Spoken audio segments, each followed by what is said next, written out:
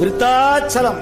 இங்க இருக்கிற சுவாமிக்கு பேரு விருத்த கிரீஸ்வர பெருமான், பழமலை நாதர். அம்பிகை பேரு விருத்த நாயகி, கிழவி அப்படின்னு பேரு.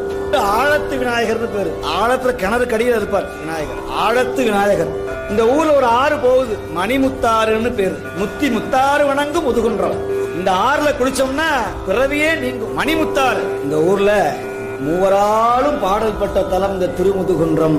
பிரம்மனும் அகத்தியரும் சேர்ந்து வழிபட்ட இடம் இந்த முதுகுன்றம். விருத்தாச்சலம். காசிக்கு நிகரான தலம் விருத்தாச்சலம். விருத்த காசின்னு பேரு, விருத்த காசி. இந்த சுவாமி இந்த ஊர்ல யாரெல்லாம் இறந்து போறாங்களோ அந்த அம்பா என்ன பண்ணுவாங்களா, அந்த ஆன்மாவை தான் மடியில படுக்க வச்சு தம்முடைய முந்தானையினால அந்த ஆன்மாவை விசிறுவாங்களாம். உடனே சிவபெருமான் வந்து அந்த ஆன்மாவோட காதுல ஓம் நம சிவாய அப்படின்னு தீட்சை கொடுத்து முக்திக்கு கொடுப்பார். ஏற்பட்ட ஊர் விருத்தாச்சலம். அங்க இறந்தா இவ்வளவு கிடைக்கும். காசிக்கு போய் இறக்க முடியாதவங்க விருத்தாச்சலத்திலேயாவது போய் இறந்தா இந்த நிலை.